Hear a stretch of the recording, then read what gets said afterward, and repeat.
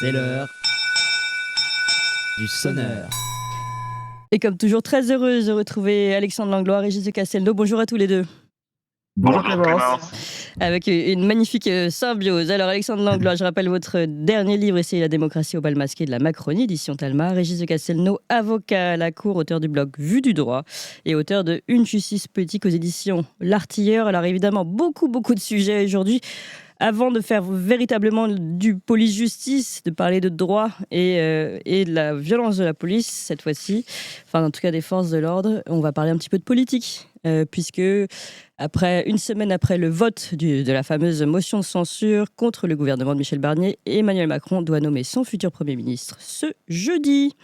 Et plusieurs noms circulent, mais un plus que les autres, c'est celui de François Bayrou. On avait aussi Bernard Cazeneuve ou Jean-Yves Le Drian qui étaient dans la course. Alors évidemment, je me tourne vers vous et je vous demande quelle est votre réaction face à ce nom qui monte de François Bayrou, Régis de Castelnau. Je suis obligé de dire quelque chose, ma pauvre Clémence. C'est affreux. C'est affreux, ce type. Alors, j'ai vu qu'on parlait aussi de Vautrin, mais les vieux canassons, marqués par la corruption aussi, qui a été blanchie par la justice, alors que uniquement dans cette perspective d'en faire quelque chose. Non, mais c'est affreux. Voilà, c'est ça la France de 2025 bientôt doit être dirigée. Alors, elle l'est par Emmanuel Macron, mais qui est complètement, je veux dire, démonétisé, et on nous met une espèce de, je cherche le terme le pire, voyez-vous, sans être insultant, hein. C'est véritablement je trouve pas le terme. Régis, vous venez de dire aussi c'est ça la France, mais on peut aussi dire c'est ça le nouveau monde d'Emmanuel Macron. On nous a quand même promis le nouveau monde, il faut se remettre dans ses promesses, hein. Là, on a quand même Bernard Cazeneuve, Jean-Yves Le Drian, Barnier la dernière fois, François Bayrou. Enfin, on va chercher plus comment dire, plus vieille casserole que vieille casserole. Non, mais c'était pour dire tout le mal que je pensais de ce personnage. Bayrou, c'est un traître en puissance, tout ça. Bon, maintenant, oui, c'est le fruit et l'image de l'impasse totale dans laquelle se retrouve Emmanuel Macron. Et puis je reviens toujours, vous savez, j'ai revu un de mes articles du mois de mai 2017 où je sais pas, c'était pas mauvais, je trouve, parce que j'annonçais un certain nombre de choses après ce coup d'État, et voilà, on nous a imposé un personnage qui n'avait rien à faire à l'Élysée, et aujourd'hui on s'acharne, enfin ils s'acharnent, et ceux qui le soutiennent, parce qu'il faut pas l'oublier, la classe politique s'acharne à le maintenir dans cette situation, c'est-à-dire une impasse totale. Parce que s'il nomme François Bayrou, on va vers probablement, même avec la trahison des socialistes que je vois arriver, on va vers une nouvelle censure ou un blocage en tout cas chaotique et jusqu'à la prochaine dissolution qui ne donnera rien d'autre qu'un pays ingouvernable. Enfin, la seule solution, c'est le départ d'Emmanuel Macron. Non pas parce que derrière ça va être clair, ce sera Marine Le Pen, ce sera Pierre. Non, c'est que ce sera un acte politique fort qui dira on redonne vraiment la parole au peuple après l'erreur de 2017. Voilà, c'est tout. Il faut qu'on sorte de cette impasse. Et Bayrou, c'est une caricature. Enfin, c'est horrible. Alexandre Langlois. C'est-à-dire qu'on a trois caricatures, peut-être moins certains un peu moins que d'autres, mais voilà. Déjà, la première chose, on va commencer par M. Bayrou, qui est haut-commissaire au plan, rappelons-le, qui en plusieurs années, à je ne sais plus combien de milliers d'euros de salaire, a produit un PDF de 4 pages. C'est-à-dire que quand on râlait sur McKinsey qui faisait des PDF à 2800 € la page, Bayrou nous coûte plus cher en fait. Il travaille encore moins et il nous coûte encore plus cher à la page de rapport. Donc à chaque fois, on se peut se demander, voilà, on se dit, voilà. Il a dit peut-être qu'il travaillerait plus, même s'il double la dose de travail, on est à 8 pages par an, même McKinsey fait mieux et est plus rentable, c'est pour dire. En dehors de ça, bon, bien sûr, comme l'a rappelé Régis, quelqu'un qui a des casseroles dans tous les sens, qui a été blanchi, qui n'a pas été réélu à tous des postes régulièrement, donc qui n'a même désavoué par les Français. Ensuite, nous avons notre ami Cazeneuve. Cazeneuve, que j'aime beaucoup, hein, que j'ai connu en tant que ministre de l'Intérieur quand j'étais policier, Premier ministre également, Oui. qui poursuivait les policiers en colère parce qu'il y avait 2 policiers qui avaient été brûlés, je rappelle, à Viry-Châtillon. Plutôt que de régler le problème, parce que des policiers étaient en colère que leurs collègues se fassent brûler, il avait choisi de poursuivre disciplinairement tout le monde. Il avait pareil mis en tête des cortèges avec une manipulation médiatique. Je rappelle à l'époque, il a dit que c'était l'extrême droite qui manipulait les policiers en colère. Donc, ils avaient monté un dossier de toutes pièces qu'ils avaient envoyé à la presse avec un fichier S pour mouvement d'extrême droite qui n'avait rien à voir avec la police. Donc, ça avait été démonté par le Canard enchaîné. Et puis, la petite dose que j'aime bien avec Bernard Cazeneuve, c'est par contre, il est parfaitement dans le règne d'Emmanuel Macron. C'est que voilà, il avait collé un procès pour des gens, un monsieur qu'il avait traité, vous et votre bande d'incapables, quand il était Premier ministre. Et cette personne s'était excusée avant de savoir qu'il avait un procès. Cette personne s'est pris quelques mois de prison avec sursis pour manque de respect à un élu. Et du coup, ça avait été jugé très rapidement, en 3 mois. Voilà, alors qu'il y avait des choses qui mettaient 3 plombs. Par exemple, justement, le procès de Viry-Châtillon pour les policiers qui avaient été brûlés, ça a pris plusieurs années. Ouais. Et enfin, on a Monsieur Le Drian qui était dans une affaire avec Monsieur Cazeneuve également et Ségolène Royal, où en 2017, c'était RTL qui l'avait rapporté, et la Cour des comptes également, hein, par rapport au rapport de la Cour des comptes, où ils avaient dépensé 300 millions d'euros en se passant de l'accord du comptable public. Et on n'a pas eu les suites derrière, mais ils dépensaient de l'argent public sans compter. Donc, dans un endroit où on nous dit c'est important, c'est la régulation des comptes publics, de savoir ce qu'on en fait, eux, à l'époque, ils avaient été pris en disant 300 millions dans la nature sans aucun contrôle. Donc, je pense qu'Emmanuel Macron choisit bien ses premiers ministres, en tous les cas, les noms qu'il fait circuler. Après, la dernière chose, je rappelle l'épisode qu'on avait vu cet été, hein, c'est que toutes les semaines, Emmanuel Macron, il se disait, je vais vous nommer le Premier ministre. Tout le monde venait regarder parce que suspense, et la série était mauvaise au final. Toutes les semaines, on devait revenir parce qu'il annonçait personne. Donc voilà. Et vous pensez que c'est ce qui va se passer? Enfin là, il a vraiment, a priori, on attend vraiment l'annonce ce soir. Mais... Oui, on attendait vraiment l'annonce toutes les semaines cet été. Ah, vous n'y croyez pas, vous? D'accord. Non, j'y crois pas trop. Après, il va nous dire, il y a les fêtes de Noël, il y a le premier de l'an, il y a le nouvel an chinois. Après, il va nous trouver des excuses. Après, il y a Pâques. Après, je pense qu'Emmanuel Macron est le génie pour rien annoncer et juste parce qu'il aime bien se faire mousser à la télé et se faire acclamer. Donc, c'est une possibilité. Et vive son gouvernement. Hein, je veux dire, la Belgique a le record du monde de 130 jours sans gouvernement. Au final, ils sont toujours là. Ils ne sont pas écroulés. Ils ne sont pas mieux portés. Il y a un petit humoriste belge qui a fait une petite vidéo qui s'appelle Guillaume. Petite publicité pour lui, je l'aime bien. C'est gratuit sur Internet. Mais il a fait une vidéo sur Emmanuel Macron et le non-gouvernement en disant regardez ce qu'on fait en Belgique. Vous avez encore du travail à faire pour être dans le Guinness des records. Mais ils ont dit qu'ils s'en portaient pas forcément plus mal et que finalement, tous ces représentants, est-ce qu'ils nous servent à quelque chose? Voilà. Et sur ça, une dernière petite chose, parce que je pense que ça peut coller avec ce qu'on est en train de parler, c'était notre ami Jacques Attali qui avait dit que l'urgence démocratique du moment, il a mis ça sur Twitter, c'était de remettre de la proportionnelle en disant que ça permettrait de représenter mieux les Français, et même dans toutes les démocraties, mais il y a quelque chose qui est très important dans la proportionnelle qu'il oublie de mettre, c'est plutôt une remise sous couvercle du système de la population, parce que dans une proportionnelle, il ne peut plus y avoir de candidats libres. C'est que les partis qui décident qui a le droit de se présenter. Alors oui, on aura une proportionnelle de représentativité dans les gens qu'on veut bien nous dire, pour lesquels on a le droit de voter. Mais s'il y a un candidat, par exemple, chez moi, qui était un candidat indépendant qui a été élu, ce ne sera plus possible parce qu'il faudra être sur des listes complètes, etc. Donc, du coup, sous couvert de dire c'est pour la démocratie, c'est juste pour remettre la République et les démocraties sous tutelle définitive des partis. Voilà. Ouais, c'est vrai que ça aurait pu paraître à première vue étonnant qu'il propose ce genre de choses. Oui, Régis. Juste un tout petit détail. Bien sûr. Qui n'en est pas un, en fait. Il est commissaire au plan, l'ami Bayrou. Oui. C'est un statut très grand. C'est un statut de ministre. C'est un statut rémunération, c'est un statut de ministre. Ça fait des mois et des années qu'il a à ce poste où il ne fait rien. C'est-à-dire que c'est un emploi fictif pur. C'est scandaleux. Mais on est, oui, mais ça c'est cette République qui est en complète décomposition. Mais le pire dans tout ça, alors on a ce que vous nous dites sur François Bayrou, mais c'est surtout là, on nous ressort ces noms et enfin, je veux dire, ça devrait être risible en fait. Pour nous tous, aujourd'hui, on devrait en rire presque en se disant mais c'est n'importe quoi, ça peut pas se passer. Et en fait, ça va passer. C'est ça que je trouve le plus étonnant, c'est que choses les moins envisageables, tellement c'est énorme de ressortir ces vieux de la vieille qui sont ultra corrompus, comme vous l'avez dit, ultra mouillés, déjà passés, qui n'ont jamais fait la preuve de rien.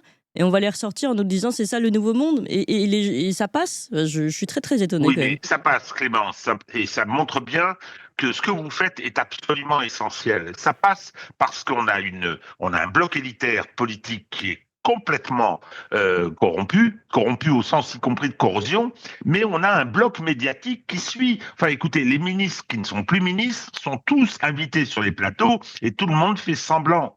tout le monde fait semblant. On dit, ah ben oui, François Bayrou, alors on s'interroge, on fait c'est dans Mais oui. l'air, c'est dans le ceci, c'est dans le cela, mais vous pensez que, etc. Alors que c'est bidon, alors Ouais. que c'est complètement bidon, c'est terrible ça. Et Ouais. je pense que la responsabilité des médias est tout à fait considérable. Hein, les oligarques ont racheté les journaux. Je vois ce qui est devenu le Parisien, qui était un bon journal. Bien sûr. En plus, il faisait de la presse régionale autour de Paris, Oui, dans oui, tout à fait. l'Île-de-France. Ouais. Mais c'est lamentable. C'est lamentable. Il est totalement dans la doxa. Non, les journalistes français de ce bloc médiatique ont une responsabilité écrasante. Il faudra les juger.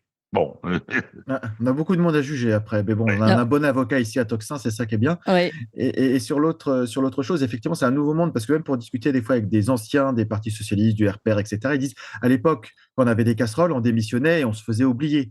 La nouveauté C'est en ça. Macronie, c'est que les gens se représentent. Oui. Ils reviennent voir, mais même pour les partis traditionnels, c'est-à-dire qu'on avait eu Cahuzac qui est revenu, on Les a yeux dans Hollande les qui est yeux, oui. revenu, les yeux dans Mm. les yeux. Donc on a plein qui reviennent avec leur casserole parce que la Macronie, en fait, dit bah, maintenant, il n'y a même plus de dignité à avoir, on peut se représenter, on méprise complètement ouvertement les gens, on pique dans la caisse, il n'y a pas de problème. Et voilà, je veux dire, là, on a un Laurent Wauquiez, par exemple, qui est sur tous les plateaux de télé, qui pique, qui se fait des repas à 1 000 euros par tête, qui a encore été épinglé récemment parce que sa moyenne de repas, c'est 287 euros chaque repas pour lui. Donc, du coup, je peux comprendre qu'il parle partout parce qu'il veut sauver sa place. Mais je veux dire, et après, il dit attention, vos tickets restaurants au mois de janvier, ça va être compliqué. Donc, on a des Ouais. gens corrompus jusqu'à la moelle qui profitent de l'argent public. C'est dommage. Quand ils étaient tous à Notre-Dame, on aurait pu faire un coup de filet de toute cette organisation de détournement de fonds publics en bande organisée.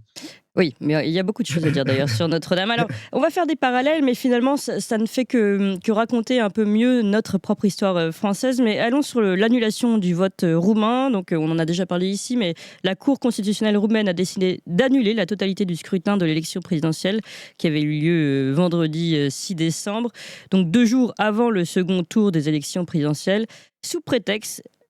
Pardon, je pense que c'est l'annulation qui a eu lieu vendredi 6 décembre, puisque le premier vote, le premier tour avait été plus tôt, sous prétexte donc de doute sur une éventuelle ingérence étrangère. Et évidemment, on vise la Russie en faveur du candidat qui avait été vainqueur de ce premier tour, Kalin Georgescu, qu'on dit être pro-russe. Bon, c'est évidemment plus nuancé que ça, mais comme on n'aime pas trop les nuances.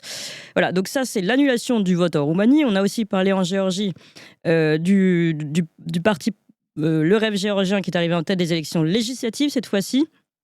Et malgré ça, eh bien, l'opposition dénonce une fraude à l'avance des irrégularités qui n'ont pas été prouvées et la présidente géorgienne a annoncé ne pas reconnaître les élections. Voilà, comme ça, c'est clair.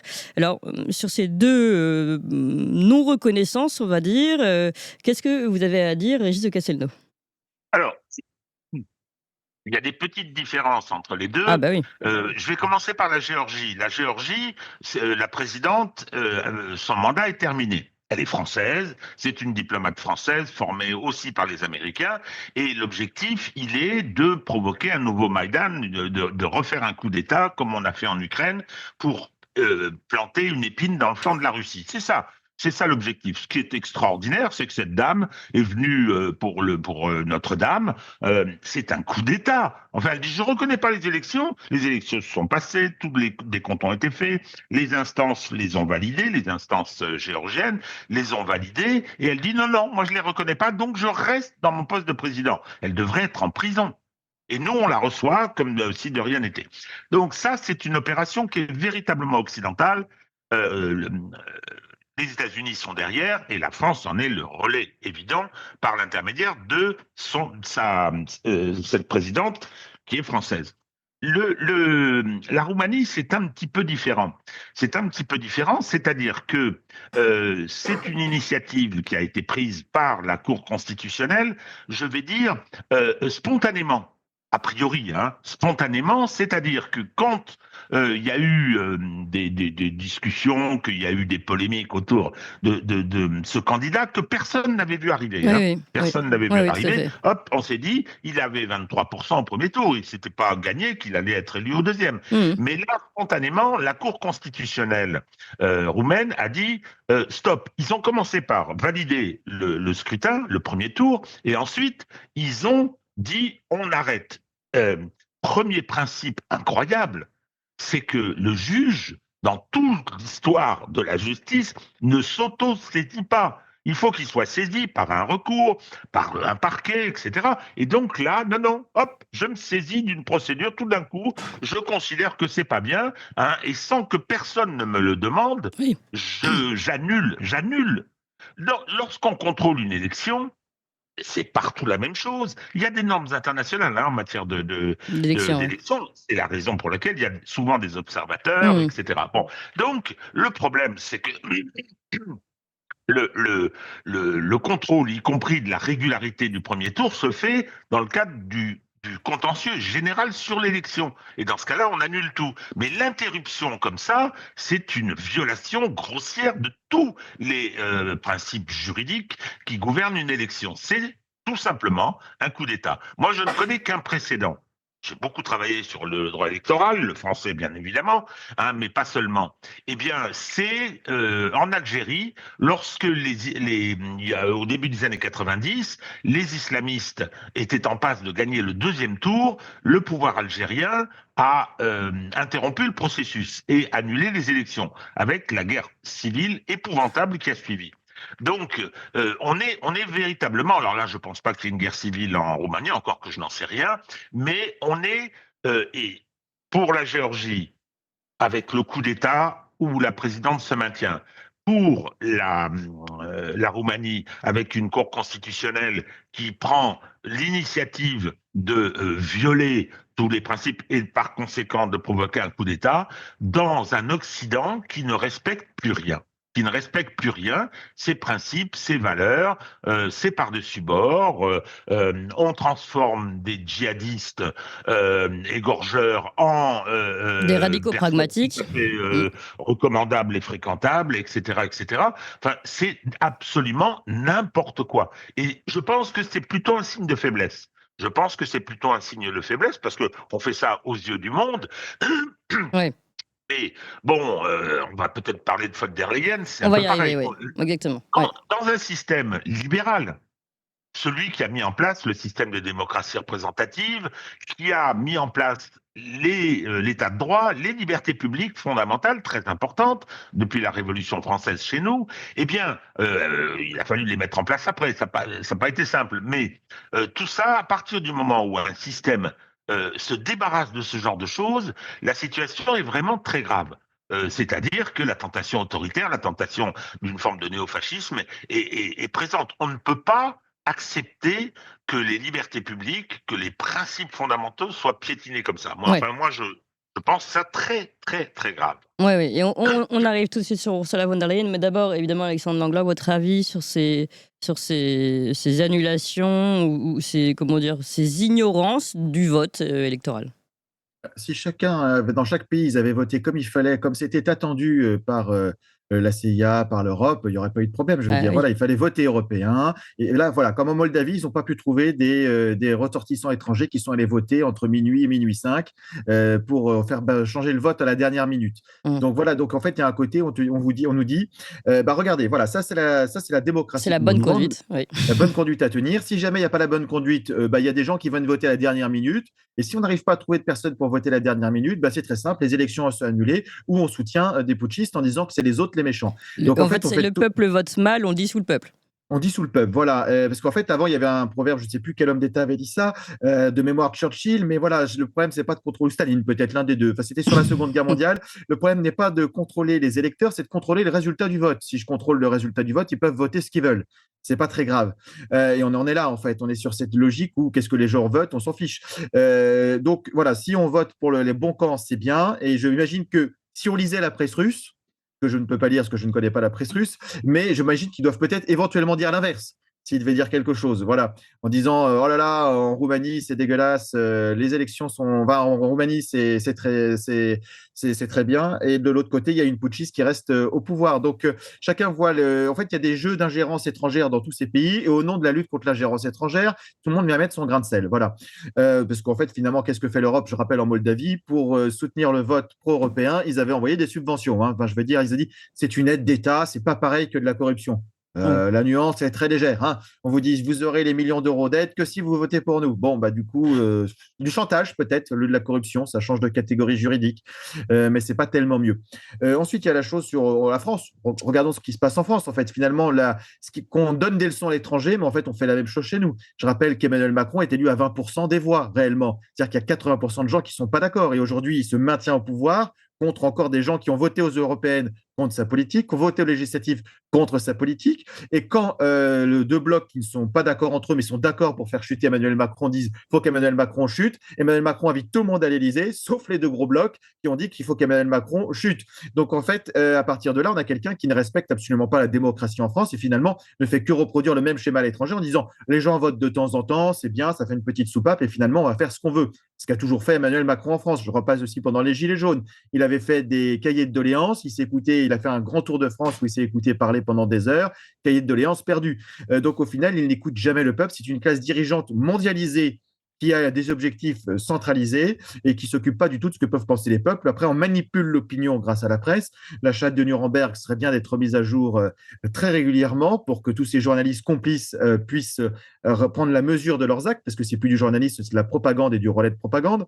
Donc, il y a tout un système politico-médiatique qui n'est pas qu'en France, mais mondialisé, qui est très dangereux. Et puis, le petit point sur la cerise sur le gâteau, j'allais dire, si Régis en a parlé quelques instants, on nous donne des leçons de démocratie, mais finalement, en Syrie, on est passé de la peste au choléra et on nous dit maintenant, voilà, ça c'est très bien, ça c'est l'avenir du pays, et il n'y a pas besoin d'élections, il en fera peut-être plus tard. On avait le taliban modéré à l'époque en Afghanistan, maintenant on a effectivement le radical pragmatique. Voilà, c'est pas parce qu'il a le même. Et puis, si, j'ai un dernier point aussi, on a une autre personne aussi que l'Europe soutient, c'est Zelensky, qui a annulé les élections pour cause de guerre.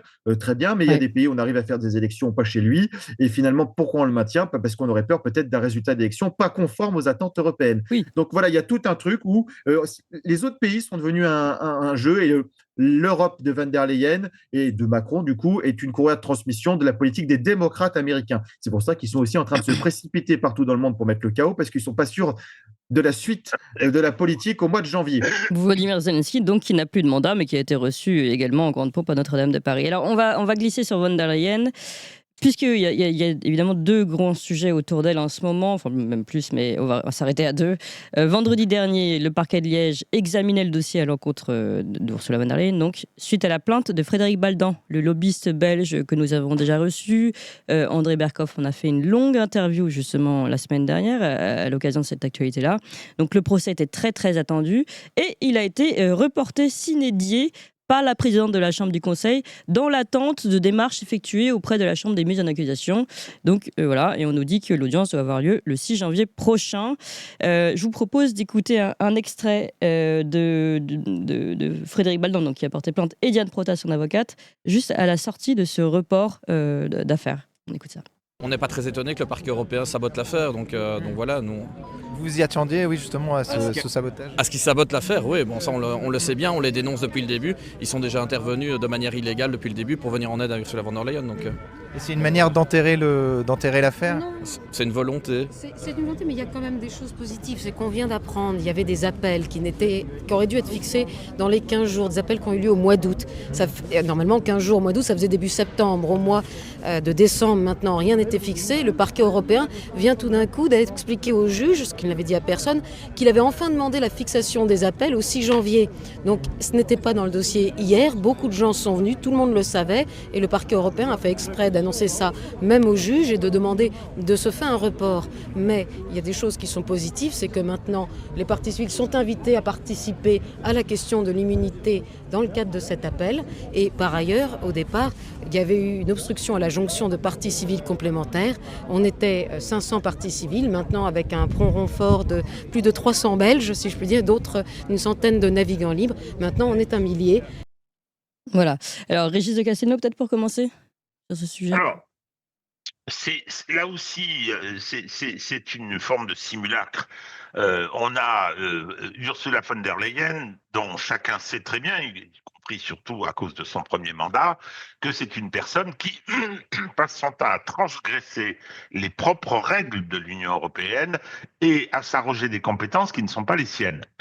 Elle a transformé de fait, avec le soutien des gens comme Macron, Scholz et compagnie, elle a transformé l'Union européenne en État fédéral. C'est en partie. Hein, c'est assez extraordinaire. Et bon, la signature du Mercosur en est bien évidemment la démonstration. Mais là, on sait aussi que c'est une personne qui est totalement corrompue. C'est l'évidence concernant les achats de médicaments inutiles à Pfizer. Ça porte sur des milliards. Son mari est en conflit d'intérêts géant. Eh bien, il n'y a pas moyen. Il n'y a pas moyen de faire bouger les choses. Elle a été virée du gouvernement allemand auquel elle participait à l'époque à cause de son rapport très très élastique avec la simple probité. Elle est venue faire la même chose à l'Union européenne et il n'y a pas une autorité politique. Il n'y en a pas une, y compris que Orban est quand même assez, modéré sur cet aspect des choses. Hein.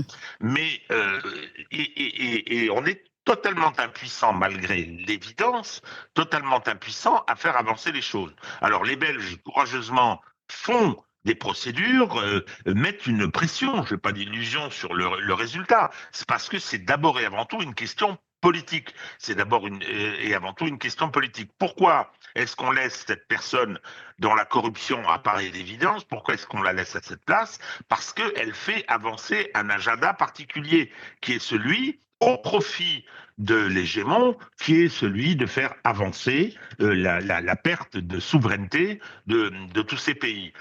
Je crains, enfin non, pas je crains, j'espère que ça finisse pas bien. Hein, c'est-à-dire que c'est une forme de décomposition. Vous savez, moi, je ne crois pas trop à l'effondrement, je crois plutôt à la décomposition. On enlève une brique ici, on enlève une brique là, et au bout d'un moment, le mur finit par s'effondrer. Oui. Donc, on est dans ce processus. Il y a comment dire, une défiance.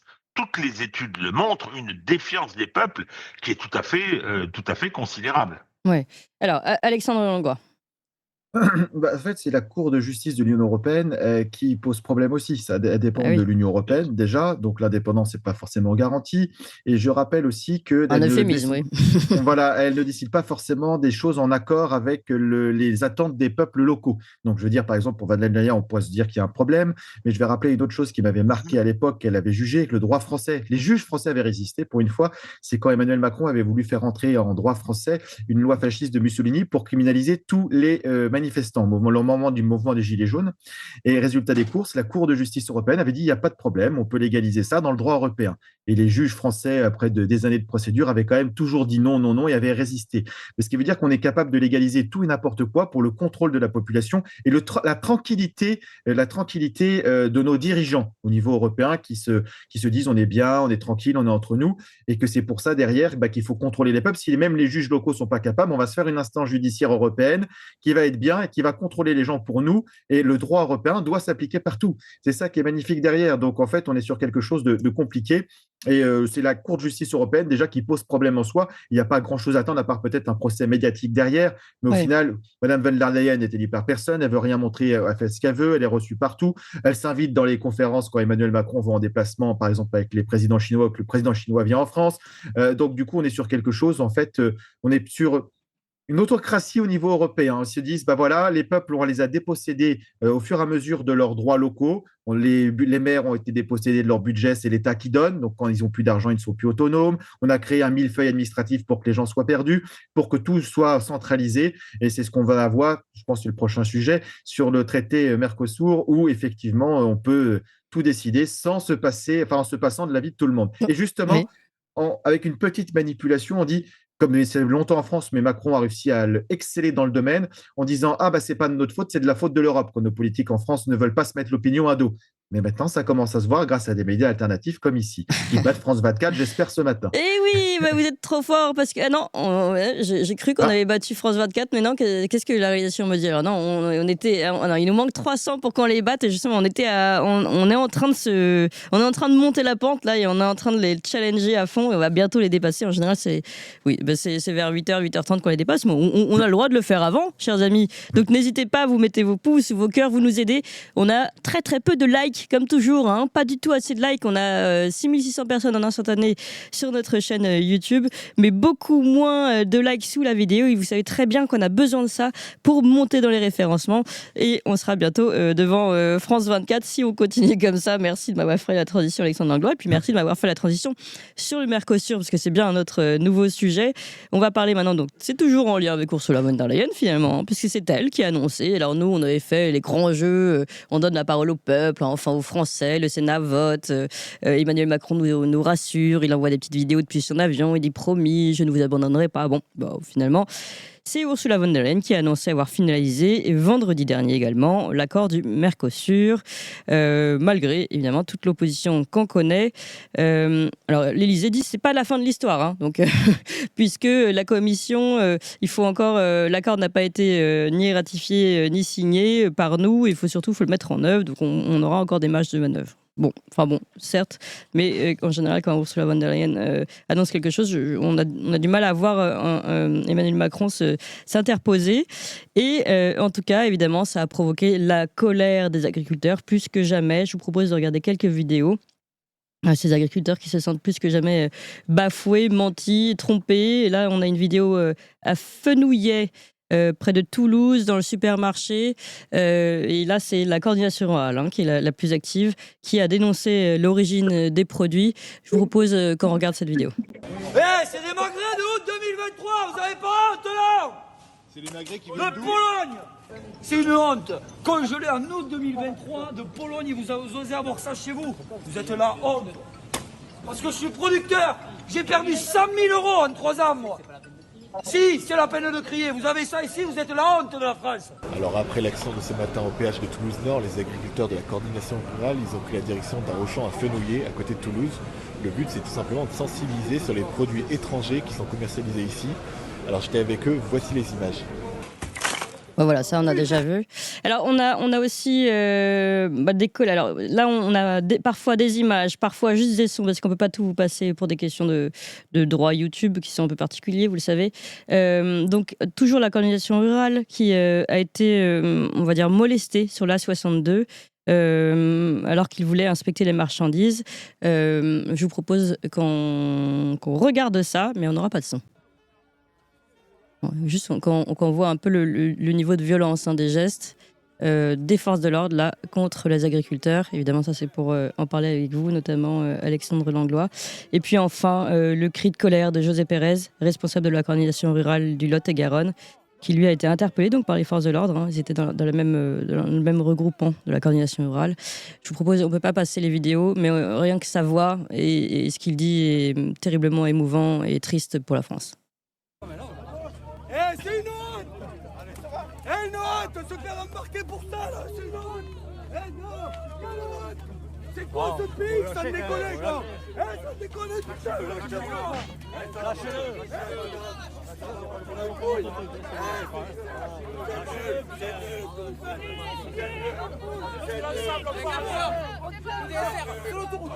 Voilà, vous l'aurez compris, il se fait arrêter.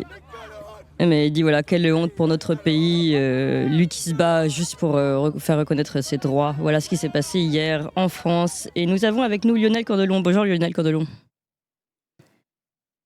Alors, vous avez un réseau faible, Lionel Candelon, on va tenter de... Oui, bonjour. Ouais, on vous entend. Peut-être qu'il faudra bouger un petit peu parce qu'on vous entend mal. Visiblement, vous ne captez pas très bien. Je rappelle que vous êtes agriculteur dans le Gers, éleveur de canards, président de la coordination rurale 32. Fondateur de l'association. Je ne sais pas si vous m'entendrez mieux parce qu'on est en préparation à un départ manifestation. Oui, là, je vous entends. Écoutez, je vous propose juste de témoigner comme ça. On vient d'écouter et de voir vos vidéos d'hier, votre colère évidemment justifiée. On parle également du Mercosur et de l'annonce d'Ursula von der Leyen. Et encore hier, donc, vous avez découvert qu'il y avait des produits sans aucune origine. Est-ce que vous pouvez nous parler de cette colère que vous avez portée hier et de l'arrestation par les forces de l'ordre, des interpellations violentes? Hier, on avait interdiction de manifester, donc on s'est fait molester par certains CRS au comportement plus que douteux. Mais après, avec le reste des forces de gendarmerie, ça s'est très bien passé.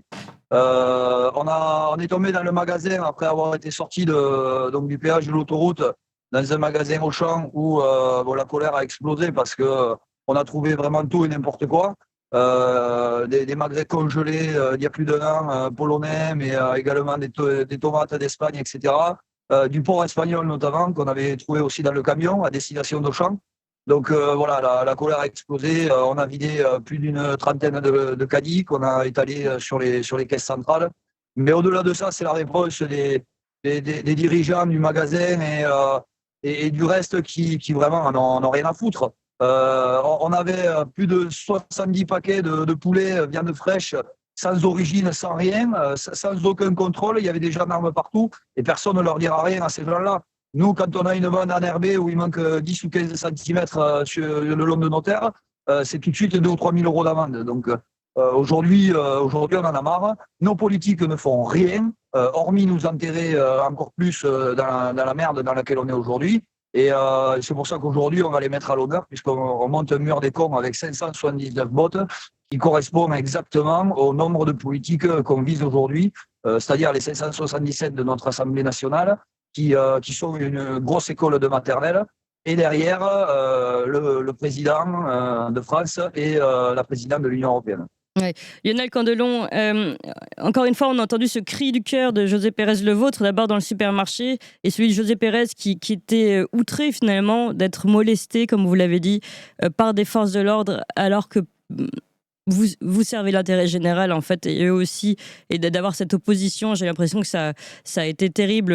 J'ai vraiment l'impression qu'il était vraiment ému dans ce qui s'est passé. Est-ce que vous pouvez nous en dire un peu plus? Oui, ben c'est vraiment la honte de France. Alors moi, j'ai servi les couleurs, je l'avais déjà dit sur votre antenne, mais j'ai servi mon pays. Mais quand je vois qu'aujourd'hui, mon pays moleste ses agriculteurs qui essayent juste de survivre aujourd'hui, parce qu'aujourd'hui, on ne parle pas de tenter d'obtenir des choses, c'est vraiment tenter de survivre. Et oui, c'est la colère, c'est la rage, c'est la désolation de voir qu'on en arrive à se faire taper dessus, alors qu'on a des engins agricoles très puissants, mais nous, on ne s'en servira pas contre eux. Ça, c'est clair et net. Mais eux n'hésitent pas à utiliser la force contre nous, plutôt que d'aller l'utiliser dans les banlieues ou autres. Non, c'est tellement facile de taper sur des gens qui sont juste des agriculteurs et des paysans en France, et pas d'aller faire la même chose quand c'est Sivens, quand c'est Notre-Dame-des-Landes, quand c'est la 69, etc. Là, par contre, on prend des petites mesures. On ne va pas leur mettre vraiment la force et engager la force avec eux. Non, il n'y a que pour les agriculteurs qu'on en arrive là, et surtout pour les agriculteurs en bonnet jaune. Parce que ça aussi, il faut le préciser, c'est que aujourd'hui, on cible vraiment la coordination rurale sans difficulté. On a récupéré un bon réseau, on vous voit bien, donc je vais en profiter. Je suis avec Alexandre Langlois, ancien policier, auteur de Essayer la démocratie au bal masqué de la Macronie, et Régis de Castelnau, avocat. Je pense que tous les deux veulent vous poser une question. On va commencer par Alexandre Langlois, ancien policier, j'imagine, qui se sent concerné par ce qui se passe. Moi, je me sens concerné, oui, parce que c'est toujours désagréable de voir un régime politique se servir des forces de l'ordre pour réprimer des mouvements sociaux par la force. Il l'avait déjà fait contre les policiers en colère, il l'avait fait contre les pompiers, ils le font ici. Donc là, j'ai vu les images également de ce qui s'est passé. Et encore, donc petite précision, c'était que des gendarmes, il n'y avait pas de CRS. Mais la précision aussi, c'est que même si ça peut paraître violent ce qu'on fait sur les images, je rappelle que les gendarmes sur ces images n'avaient pas de casque, utilisaient seulement leur bouclier, et que s'ils voulaient vraiment mettre de la violence, ils seraient avec casquet et ils mettraient des matraques. Ouais. Donc, du coup, il y a de la retenue par rapport, j'imagine, à ce qu'ils ont. Ils ont fait un compromis entre les ordres reçus et ce qu'ils pouvaient faire sur le terrain pour mettre entre les deux. Donc, ça ne reste pas agréable de se faire poursuivre par des boucliers, on est bien d'accord. D'autant que d'habituellement, quand il y a des opérations d'autres syndicats de péage libre, personne ne vient les embêter. Mais voilà, et là, la chose que je voulais voir, c'était comment organiser la suite aussi. Parce que la question, c'était, vous avez ciblé 579, donc l'Assemblée nationale, Emmanuel Macron est la présidente de l'Union européenne, mais en fait, ça se joue au niveau de l'Union européenne. En fait, les députés nous font un cirque depuis des mois, mais est-ce que vous allez faire quelque chose au niveau du Parlement européen qui a permis à Mme von der Leyen d'être à sa place et qui permet de la ratification du Mercosur? La France, en fait, l'Assemblée nationale n'a pas de poids là-dessus. Est-ce que vous avez réfléchi à des actions de ce côté-là ou pas? Non, mais l'Assemblée nationale, c'est parce que depuis plus d'1 an, ils n'ont rien fait au niveau de l'Assemblée. Et là, avec la censure, donc on n'a plus de gouvernement pour la 2e fois en 1 an. Donc il y en a marre. Et quand on voit leur comportement à l'Assemblée nationale, il est clair qu'ils n'y ont plus leur place du tout, à moins de réagir et de se remettre un peu de plomb dans la cervelle. Mais vous parliez pas de matraque, etc. Je vous garantis que les coups de matraque, les coups de pied dans les parties génitales, c'est bien les CRS qui nous les ont mis hier. Je vous invite à regarder les vidéos à 8h du matin et à 8h30 et à 9h. Quand moi, je me fais pousser à terre alors que j'ai les mains dans les poches, que je ne oppose aucune résistance, qu'on est juste en train de discuter avec un major de police CRS, parce que c'était bien un policier, ou encore qu'il y a un CRS qui met un coup de pied dans les parties génitales d'un agriculteur gratuitement, ou qu'il y a un coup de bouclier dans la tête d'un colonel de gendarmerie, parce que ça aussi c'est sur les images, on les a. Donc ne dites pas que c'était les gendarmes, c'était bien les CRS. Alors, non, merci, ancien militaire, je sais de quoi je parle. Maintenant, au niveau de la Commission européenne, nous on n'a aucun pouvoir sur la Commission européenne. Lionel, juste, pardon, une explication. Moi j'ai vu les images sur les gendarmes, j'ai pas vu celles sur les CRS. En fait, il y a des images qu'on n'a pas pu passer parce qu'elles ont été considérées comme trop violentes. L'algorithme de YouTube nous les bloque. Donc c'est ce que j'ai expliqué tout à l'heure, on a été obligé de passer 15 sons et on n'avait pas la vidéo. C'est parce que YouTube considère que c'est trop violent. Donc pour la défense d'Alexandre Langlois, il n'a pas pu voir toutes les images à cause de ce blocage qui justement suggère que c'est trop violent. Donc voilà, je vous donne la parole à Lionel Candelion pour parler de l'Europe. L'Europe aujourd'hui, elle n'en a rien à faire de la France parce que la France, on est la risée du monde entier. Pour la deuxième fois cette année, on n'a plus de gouvernement. Et on s'est permis depuis des décennies de faire la leçon à des pays du tiers-monde ou qui sont en voie de développement, de les conseiller sur leur politique. Alors qu'on s'occupe d'abord de chez nous, qu'on ne passe plus pour le pays des bouffons au niveau du monde, au niveau de l'Union européenne, parce qu'il ne faut pas se leurrer. L'Union européenne, la Commission, quand elle regarde la politique française aujourd'hui, ça la fait bien rigoler. Donc qu'on remette du plomb dans la cervelle de nos politiques sur notre territoire, et après ça ira mieux. En janvier 2024, quand vous aviez tous les manifestants qui étaient dehors dans le froid comme ce matin, les députés de l'Assemblée nationale se sont en petit comité voté une augmentation de 350 €. On aimerait bien que ça soit la même chose pour les agriculteurs, mais force est de constater qu'en un an, on n'a pas levé le petit doigt. Ouais. Lionel, si vous voulez bien encore, j'ai Régis de Castelnau, avocat, qui voudrait aussi vous poser une question. Alors, vous venez, Monsieur Candelion, de nous décrire notre pauvre pays au plan politique. Je suis tout à fait d'accord avec vous, c'est absolument lamentable. Le fait est que, on le voit bien avec la signature du traité du Mercosur par Madame von der Leyen, qui fait exactement ce qu'elle veut, je voulais savoir s'il y avait des coordinations, alors coordination rurale pour notre pays, mais s'il y avait des coordinations avec des agriculteurs d'autres pays européens qui permettent de mener le combat en direction précisément de l'Union européenne. Moi, j'ai des souvenirs d'actions importantes des agriculteurs, carrément à Bruxelles d'ailleurs, parce que en plus en France on a un problème, c'est que grâce aux politiques que vous dénoncez, on a quasiment supprimé la liberté de manifester, qui est une liberté d'expression, grâce, je pense en particulier à monsieur Éric Ciotti, n'est-ce pas, qui a été sénateur et qui avait pris des initiatives et qui a fait voter les textes les plus répressifs, parce que non seulement on interdit très facilement les manifestations, plus de 2 personnes, c'est considéré comme une manifestation, mais si on continue à déambuler, on est condamné à des amendes considérables. Donc c'est vrai que c'est une situation difficile et je pense que à l'échelle européenne, les rapports de force seraient peut-être un peu différents. Alors pas avec les Polonais bien sûr, parce que j'ai entendu ce que vous avez dit hier dans cet hypermarché. Non, ma question, c'est avec d'autres agriculteurs de pays qui ont des problèmes similaires aux nôtres. Les Polonais ont des problèmes similaires aux nôtres. Le souci de la Pologne, c'est qu'on ne joue pas dans la même course, c'est-à-dire on n'a pas les mêmes règles et les réglementations, notamment au niveau de l'élevage.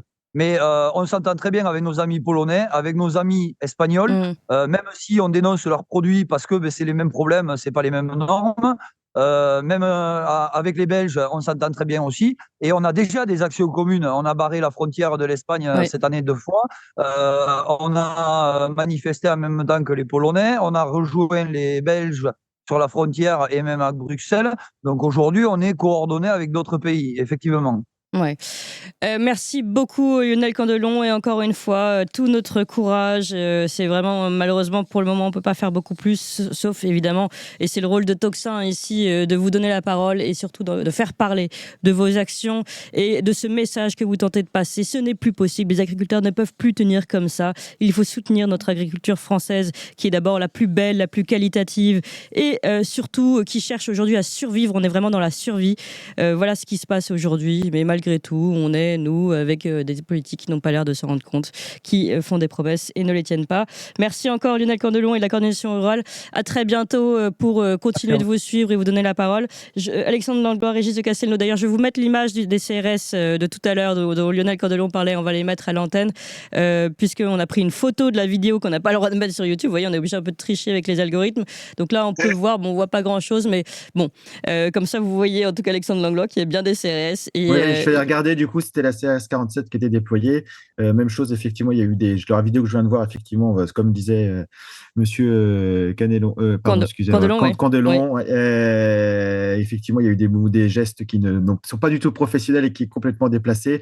Et par contre, pareil, la même chose, ils n'avaient pas de casque, donc ils n'étaient pas forcément dans la majorité hostile également, mais effectivement, sur les vidéos, on voit bien que par rapport aux gendarmes, ça n'avait pas été exactement la même ambiance. Ouais. Et voilà. Et comme vous le disiez déjà, en fait, Alexandre Langlois, malheureusement, c'est souvent une minorité zélée, en fait, de ces forces de l'ordre. Oui, mais encouragée par les pouvoirs publics. Oui, c'est ça. Parce que je rappelle qu'à Paris, on a un champion du monde, le commandant qui s'appelle GoCRS, que c'est Gestion opérationnelle parisienne, qui est monsieur Caffin, qui est dans plein de journaux, qui a tout un palmarès, qui a fait Burger King, qui a fait taper des gens dans le dos, une femme où il y a des images catastrophiques.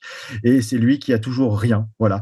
Et pareil, quand des CRS avait tué Madame Zineb Redouane, pas Zineb, Madame à Marseille, son nom, c'est ça, Madame Zineb Redouane, je voulais pas dire un mauvais nom. Et quand il l'avait tué, les pouvoirs publics ont protégé les CRS qui l'avaient fait, qui était peut-être une faute professionnelle à la base. Je ne pense pas qu'il voulait tuer cette dame, mais le capitaine à l'époque avait dit je ne transmets pas les informations à la justice, et ce capitaine avait eu une promotion de commandant de CRS dans une CRS très réputée. Donc c'est pour dire que les pouvoirs publics encouragent ce type de comportement contre les autres, et quand les policiers et gendarmes essayent de faire des choses, je veux dire, de façon sensée et responsable pour abaisser les tensions, c'est pas ceux-là qui sont mis en avant, bien évidemment.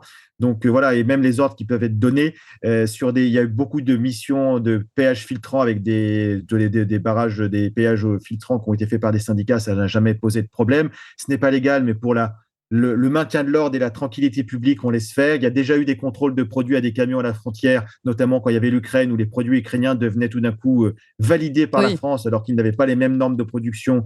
Pareil, il n'y a pas eu d'interpellation, mais la nouvelle norme, c'est interpeller les meneurs. D'ailleurs, c'est ce qui s'est passé pour là, j'ai pu aller voir la vidéo. Après, la personne a été relâchée, mais en fait, on utilise les interpellations pour enlever les personnes de la voie publique de façon complètement illégale et arbitraire, et la relâcher après parce qu'il n'y a pas de motif de les garder. Donc, en fait, on est sur des abus de droit, fait aussi également derrière parce qu'il y a des procureurs qui sont d'accord pour qu'on puisse interpeller les personnes et les garder un petit peu.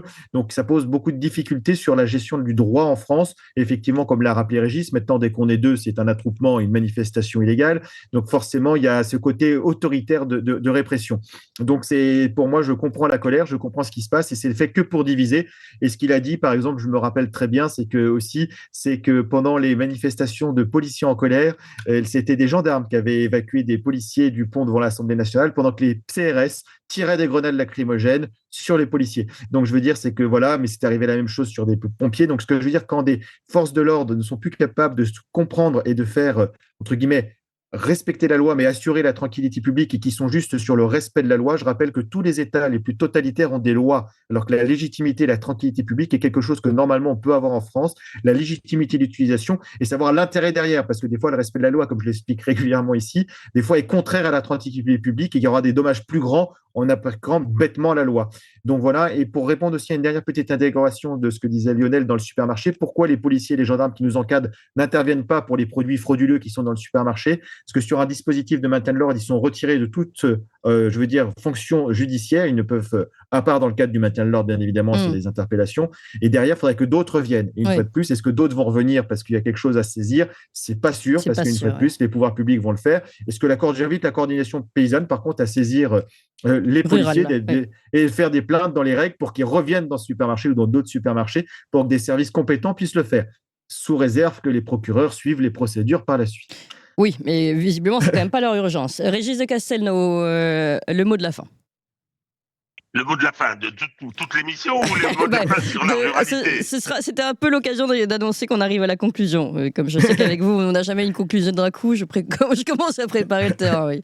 Alors, moi, ce que je retiens, parce que c'est normal, des formations professionnelles, hein, ce que je retiens, et c'est mon souci principal en ce moment, c'est que face à quelque chose d'extrêmement important et face à l'expression à la fois d'une colère, mais surtout d'un souci de l'intérêt du pays, parce que je pense que ce que font les agriculteurs, c'est l'intérêt national.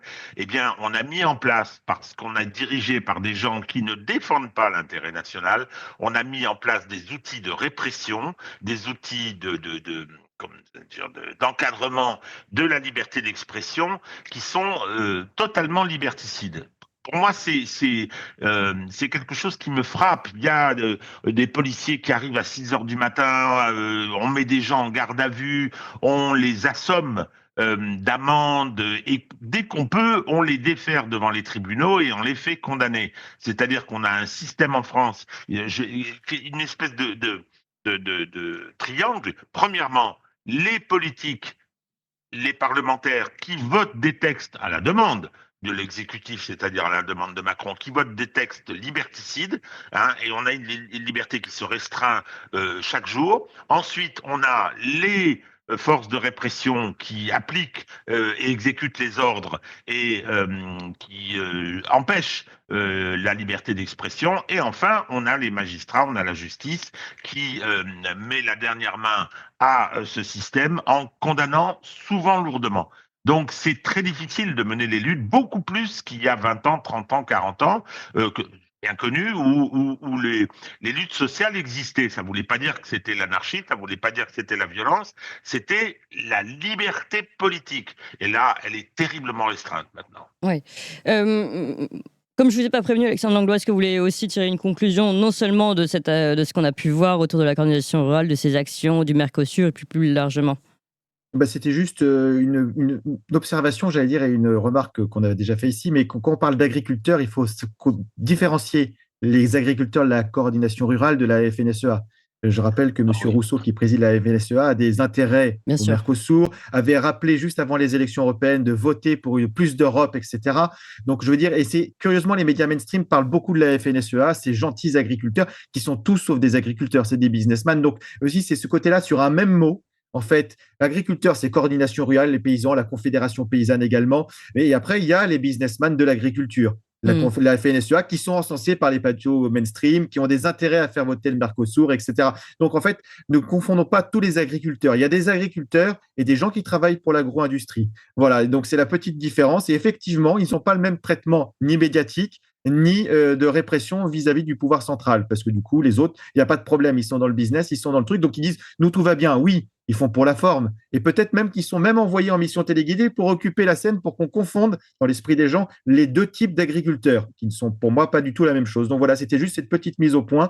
Donc soutenons la coordination rurale, la confédération paysanne et tous ces gens qui travaillent réellement la terre et nous ne tombons pas dans le panneau qu'on nous présente comme des agriculteurs, des gens qui sont même pour le Mercosur et qui ont des intérêts industriels. Voilà. Oui, tout à fait. Je vous pose une dernière question. C'est moi qui ai annoncé la fin, mais non, mais parce que vous avez sans doute vu que Zoé Sagan, donc c'est un nom d'auteur, hein, Aurélien Poisson-Atlan, a priori été mis en garde à vue. C'est ce qu'annonce son avocat Juan Branco. Interpellé, et puis d'autres personnes comme Bertrand Scholler. Est-ce que vous êtes étonné? Qu'est-ce que ça vous évoque comme ça? On a évidemment très peu d'éléments, mais je ne sais pas. Est-ce que vous avez moi, ce que ça m'évoque, c'est comme d'habitude. Je veux dire qu'il y a des gens qui démettent des choses dans la presse qui soient vraies ou fausses, plutôt que qui, en tous les cas, dérangent le pouvoir politique. On met tout de suite la pression sur les gens. Je veux dire, il y a des journalistes du Monde qui ont été envoyés à la DGSI, je rappelle, à l'époque, pour avoir dénoncé les armes, je ne sais plus où. L'affaire Benalla. Il y avait d'autres journalistes pour les armes françaises utilisées au Yémen, pareil, envoyés à la DGSI. Donc, en fait, aujourd'hui, on se sert des forces de police pour interdire l'expression. Et en fait, maintenant, on se cache même plus. Moi, quand j'avais commencé dans la police, je vais raconter une anecdote, mais ça se faisait de façon cachée. Il y avait un journaliste qui avait trouvé des failles à l'aéroport de Roissy. Et la mission qu'on nous avait donnée, c'était pas de savoir comment résoudre les failles, c'était comment que l'article ne sorte pas. Voilà, et de trouver des choses sur ce journaliste pour le faire taire. Mais du coup, maintenant, ils n'embêtent plus, ils les embarquent directement, ils les interpellent, ils les mettent au secret, et puis on en parle parlent plus, ils ressortent après. Et comme la magistrature dit oui, il n'y a pas de problème, on valide les gardes à vue prolongées, etc. Donc, pour moi, c'est juste une nouvelle pression. Du coup, si les gens ont des choses à se reprocher, je pense que la personne qui représente Zoé Zagan ne va pas s'enfuir, elle ne va pas cacher des preuves de plus, vu que tout est sur Internet à peu de choses près. Donc, du coup, il n'y a pas besoin de l'interpeller, de la mettre en garde à vue. Je veux dire, on peut retrouver les gens. Je veux dire, même Alexandre Benalla, qui avait 5 passeports, n'a pas fait le tour du monde, n'était pas et passé quelques temps en garde à vue, mais après pouvait se circuler librement. Alors, il pouvait partir à l'autre bout du monde. Donc, je veux dire, c'est toujours cette utilisation de pression de la justice et de la police plutôt qu'à des fins de vérité. Voilà. Parce que si la personne a fait des choses après à vérifier, moi, je ne sais pas ce que derrière